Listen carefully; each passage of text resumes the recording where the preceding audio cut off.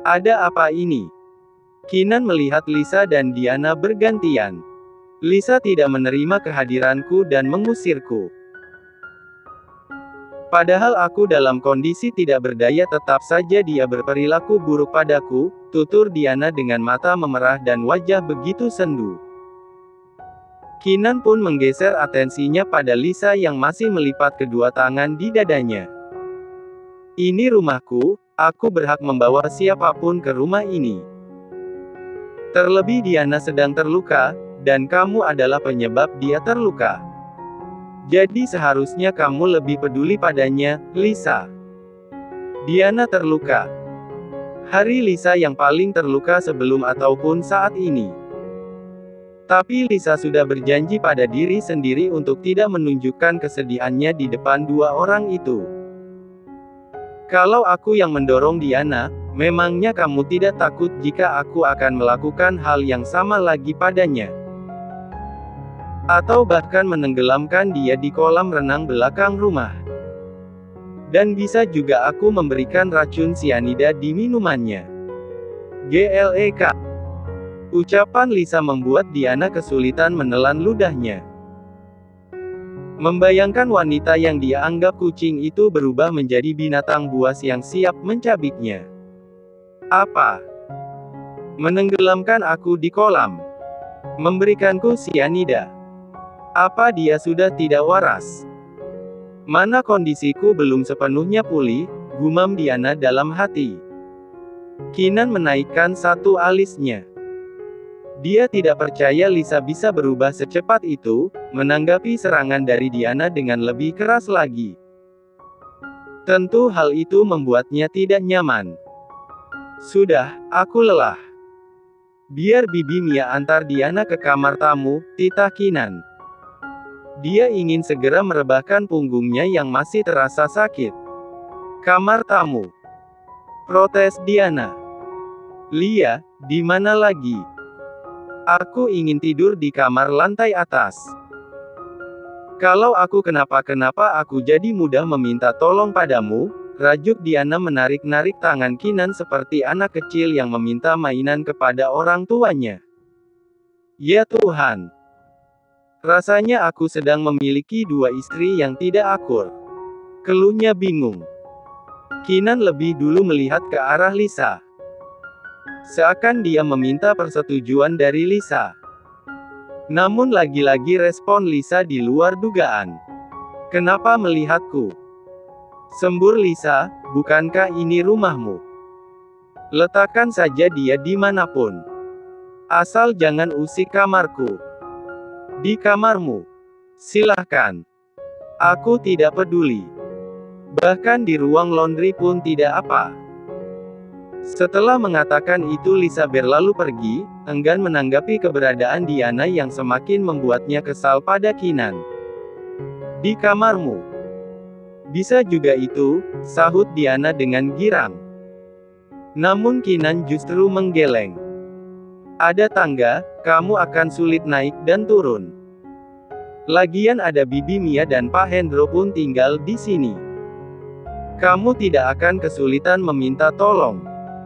Tapi, aku lelah, istirahatlah, ucap Kinan sembari mengusap kepala Diana. Lisa yang masih bisa melihat interaksi keduanya dari jauh pun hanya bisa mengerjapkan matanya yang mulai berembun. Bahkan kamu pun belum pernah mengusap kepalaku selembut itu, Ken, gumamnya dalam hati, baru setelahnya dia berlalu pergi sebelum Kinan mendapati dirinya masih mengintip di kejauhan. Kinan membuka kemejanya di depan kaca watafel kamar mandinya. Dia memiringkan tubuhnya untuk melihat seberapa lebar memar di punggung sebelah kanan. Sesyah. Pantas saja masih terasa sakit jika banyak bergerak, ucapnya melihat warna biru keunguan yang nampak lebar di bagian bekas pukulan penjahat kemarin malam. Tubuhnya terasa remuk. Juga tangan kanannya masih belum bisa bergerak bebas. Saat seperti itu, dia kembali mengingat kejadian semalam. Sebuah barang yang menarik perhatiannya. Jam tangan. Yang tersimpan di memori Kinan adalah jam tangan hitam dengan garis silver di permukaannya. Itu adalah jam tangan original dan limited. Kenapa aku merasa kejadian itu seperti sudah terencana? Bibi Mia mengatakan kalau mereka mencari keberadaan Lisa, tapi siapa?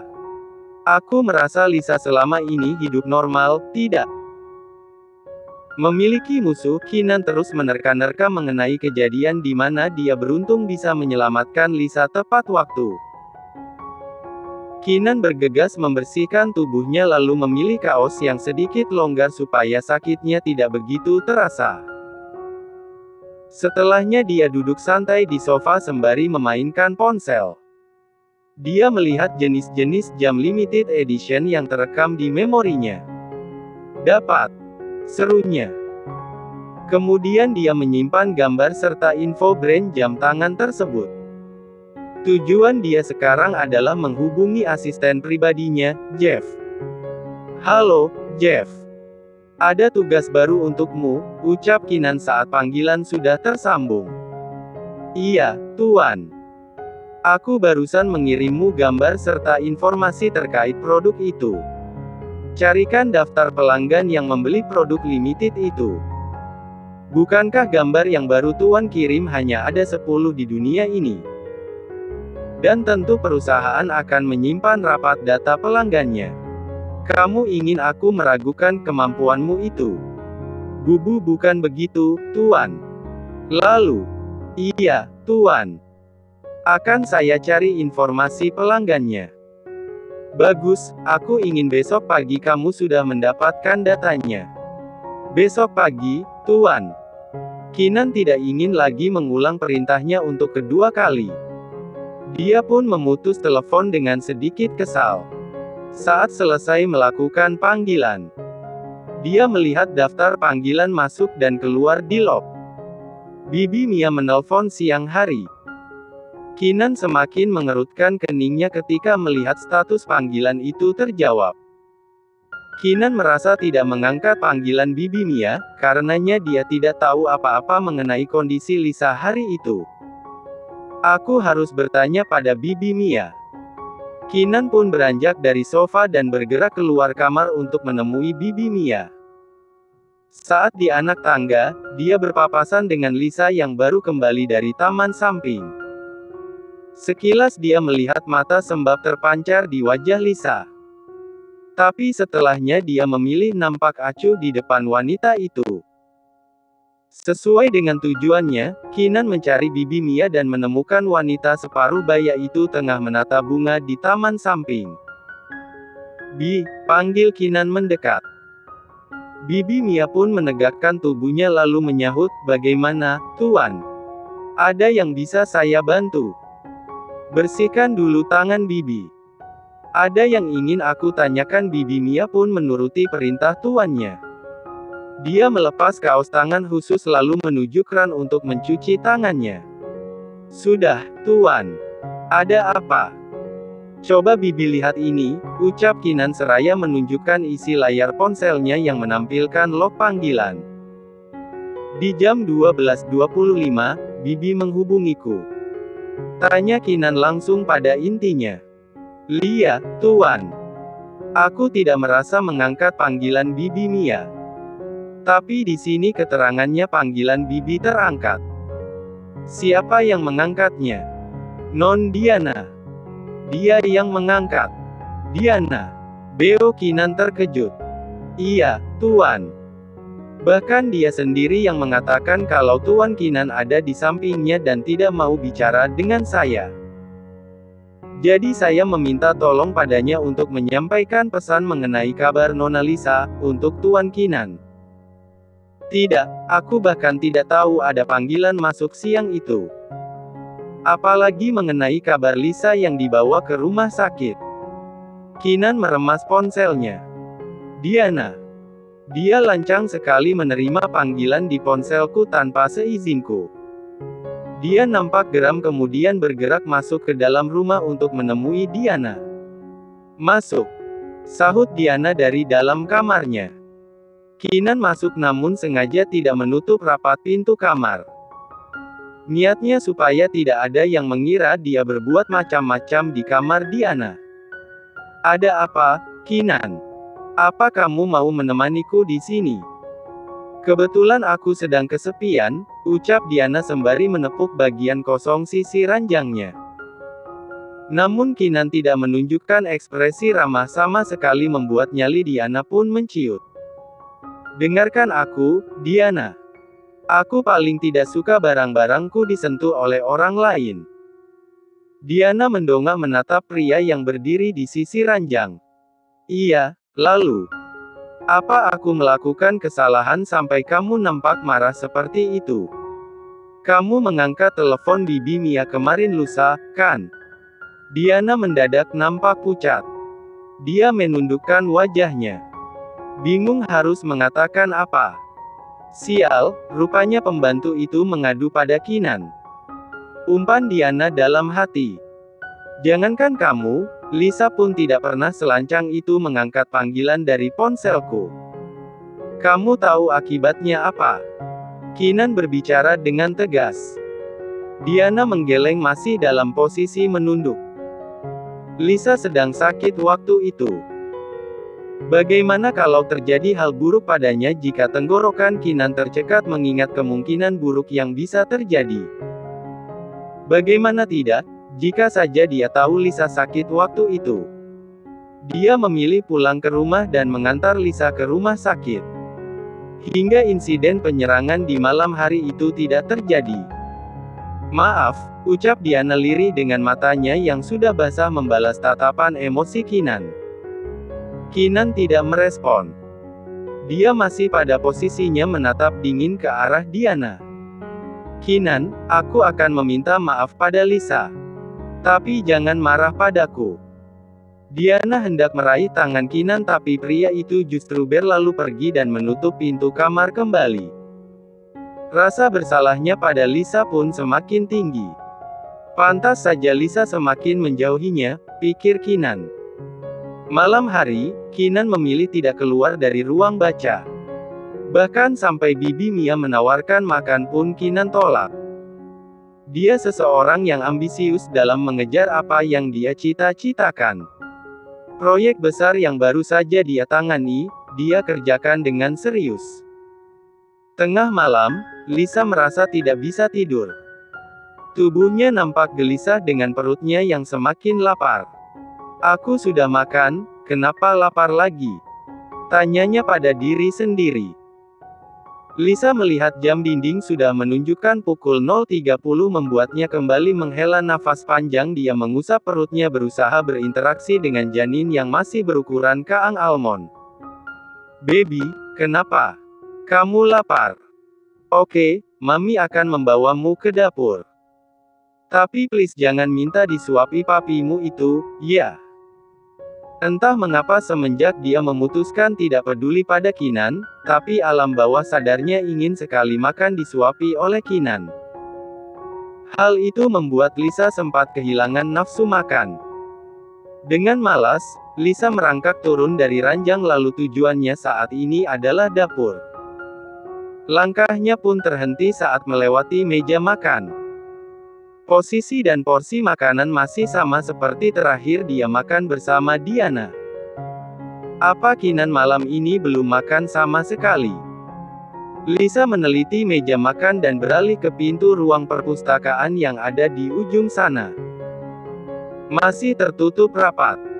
Apa pekerjaannya sangat banyak hingga dia tidak sempat makan? Dari dulu selalu saja seperti itu.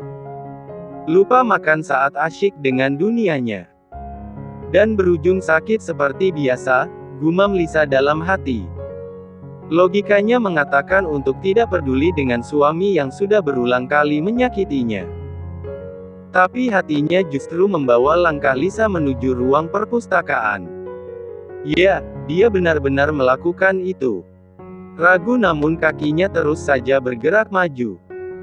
Lisa menggigit bibirnya ketika sudah di depan pintu. Beberapa kali tangannya terangkat untuk meraih handle pintu tapi dia urungkan. Aduh, kalau dia marah karena aku ganggu bagaimana? Tapi kalau dia sakit yang repot siapa? Aku, Kan? Pertimbangan demi pertimbangan akhirnya Lisa memberanikan diri memutar handle pintu lalu perlahan membuka. Tentu suara desit pintu terbuka menarik atensi Kinan yang tengah fokus pada layar laptopnya. Sedangkan Lisa menghentikan pergerakannya saat kedua mata mereka saling bersilang pandang. Keheningan sejenak memeluk keduanya. Sudah berapa lama mereka tidak saling memberi tatapan teduh seperti ini? Tidak ada sorot emosi atau kesedihan. Kondisi tidak terduga itu begitu alami, seakan perseteruan antara mereka hilang menguap begitu saja. Sampai Kinan yang akhirnya mulai bersuara. "Masuklah," ucapnya dengan nada normal. Ya, Lisa rindu suara itu. Dia rindu pada keadaan di mana mereka berdua masih bersama tanpa ada masalah. Lisa berjalan mendekat dengan sedikit ragu. "Belum tidur?" tanya Kinan yang telah kembali menatap ke layar laptop. Aku lapar. Jadi turun akan mengambil makanan. Tapi aku melihat makan malam di atas meja masih utuh. Apa kamu tidak makan sama sekali?" Kinan sempat menghentikan gerakan jemarinya dari atas keyboard saat mendengar kalimat terakhir yang Lisa ucapkan kemudian kembali menyelesaikan satu baris laporan. "Ah, sial.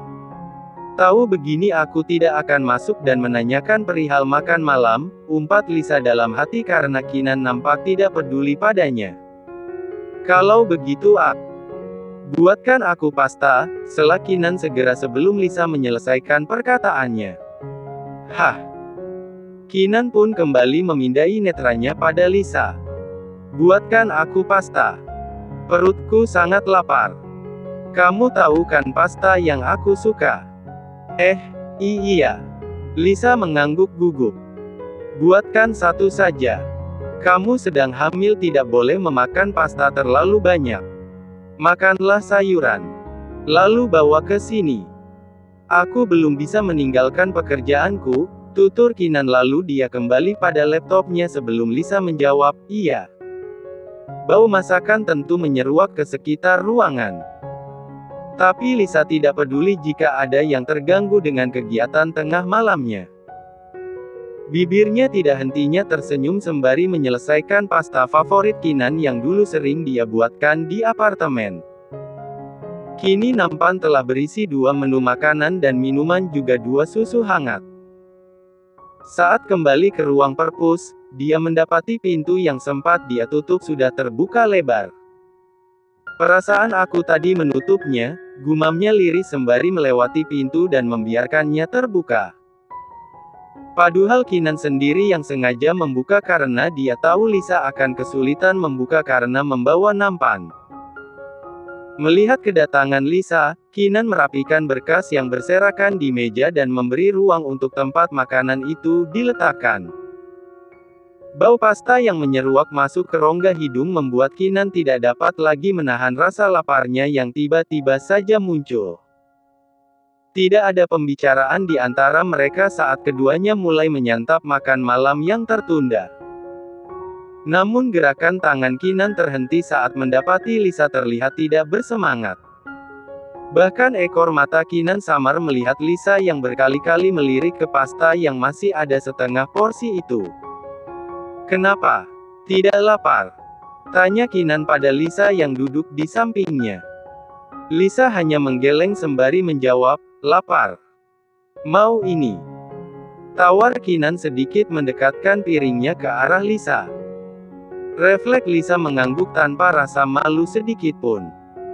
Namun saat wanita itu hendak meraih piring pasta, Kinan justru menariknya kembali. Membuat Lisa mendengus kesal. "Aku mau masaklah." "Buka mulutmu," titah Kinan tiba-tiba mengangkat piring dan menyodorkan 1 sendok berisi pasta ke mulut Lisa.